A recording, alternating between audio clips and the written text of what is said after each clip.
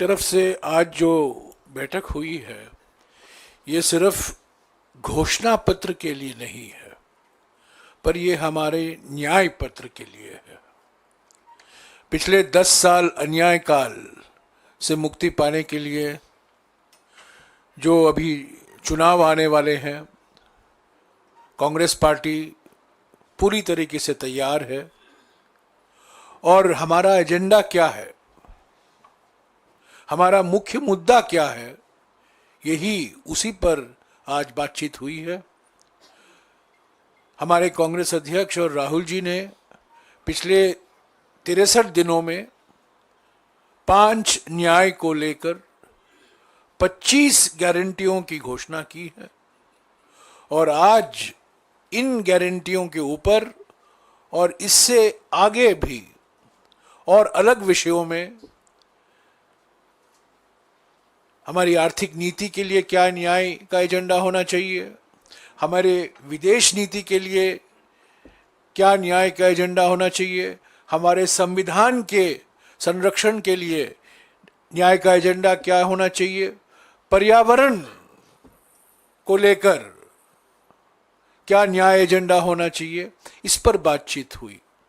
तो संक्षिप्त में मैं यही कहूँगा कि ये सिर्फ एक साधारण सा घोषणा पत्र नहीं है जो एक औपचारिकता है चुनाव के समय, पर ये एक महत्वपूर्ण न्याय पत्र है ताकि हमारे देश की जनता को एक नई भविष्य दिखाई दे।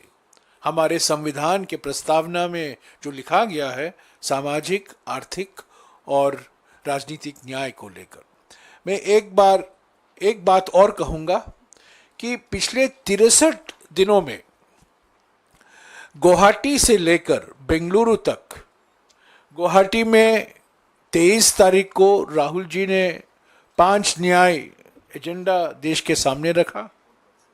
रांची में 5 फरवरी को उन्होंने हिस्सेदारी न्याय को लेकर काफ़ी लंबी बात की।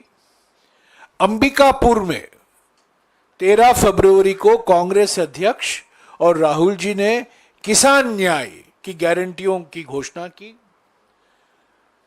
फिर 7 तारीख मार्च को बांसवाड़ा में कांग्रेस अध्यक्ष और राहुल जी ने युवा न्याय को लेकर 5 गारंटियां की घोषणा की। उसके बाद नंदुरबार में 12 मार्च को राहुल जी ने 5 सूत्री आदिवासी संकल्प देश के सामने रखा।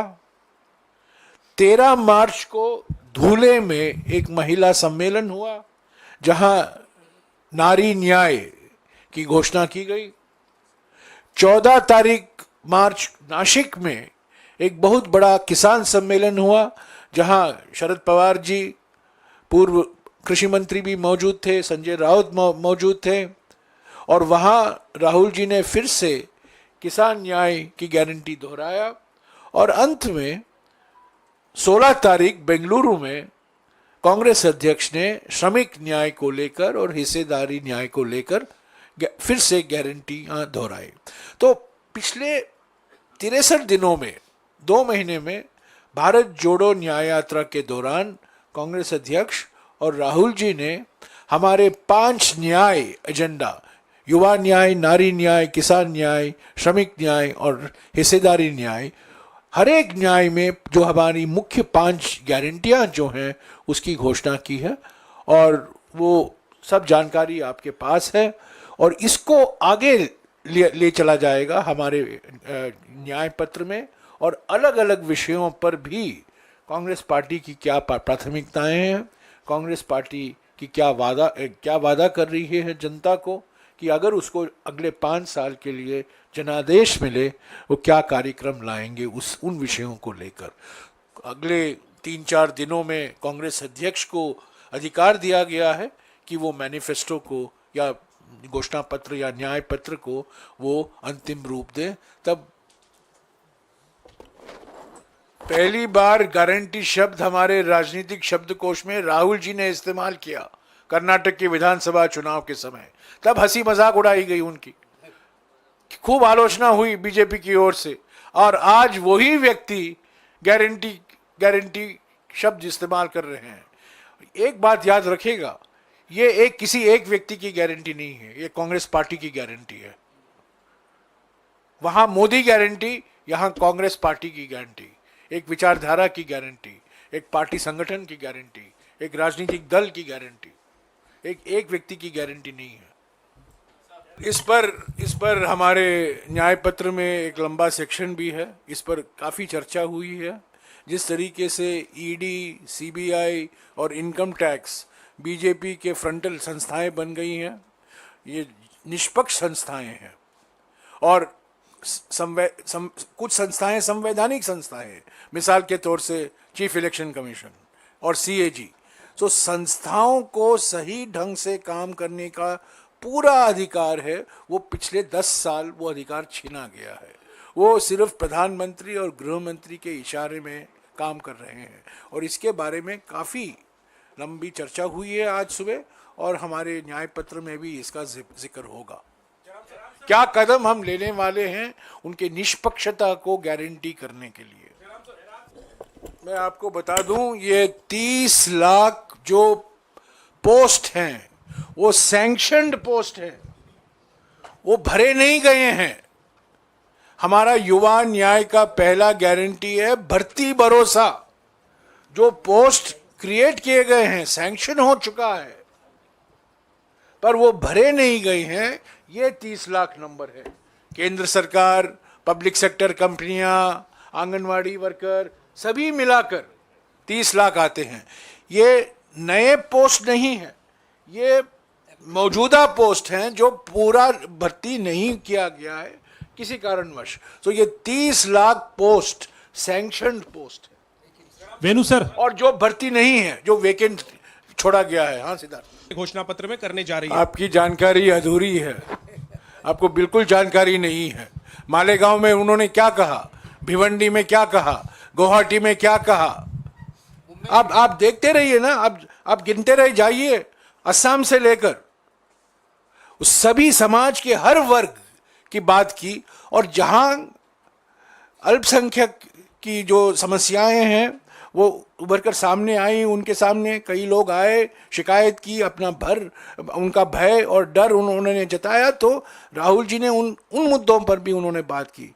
मुझे अफसोस के साथ कहना पड़ता है कि आपने सही होमवर्क नहीं किया है। हर एक राज्य में, पश्चिम बंगाल में, छत्तीसगढ़ में, उड़ीसा में, उत्तर प्रदेश में, क्या संभल में, मुरादाबाद में, अलीगढ़ में, किन मुद्दों पर राहुल जी बोल रहे थे बताइए।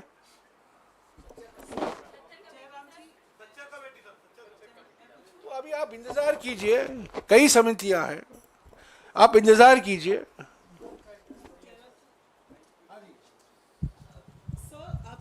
जितनी भी गारंटी और न्याय की बात है वो सभी बड़े लोक लुभावने हैं, ये जनता तक कैसे पहुंचेंगे, इसके लिए क्या मैकेनिज्म है? That's why we had a clear cut discussion on that to make this guarantee to reach the people of this country. Therefore, we are going to have a massive campaign, different campaign. The details of the campaign you will see later, but we had planned accordingly. Have a massive campaign to reach this guarantee to the people of this country. Sir, तो क्या ये shining India को तरह भी कुछ सोच रही है कि कांग्रेस पुनरावृत्ति कर लेगी? जिस तरह से शाइनिंग इंडिया की बात की गई है, Atal ji No. That is 2004 story. We are doing this sincerely because this guarantees. We told already earlier. We have given it in Karnataka. We are fulfilled in Karnataka. We have given it in Telangana. We are fulfilled in Telangana. Same way, we are going to address the concern of the people of this country, youth, women, farmers, and Sramik. Therefore, we will fulfill it. जिस तरीके से कर्नाटका में और तेलंगाना में हमारे party संगठन ने गारंटियों की जानकारी घर घर तक पहुंचाई है, ऐसे ही अगले 30 दिन में हमारा संगठन अलग अलग राज्यों में इन 25 गारंटियों की जानकारी हर एक घर में पहुंचाएगी। घर घर गारंटी होगी, घर घर गारंटी। आप समझ गए ना, घर घर गारंटी। Okay, thank you.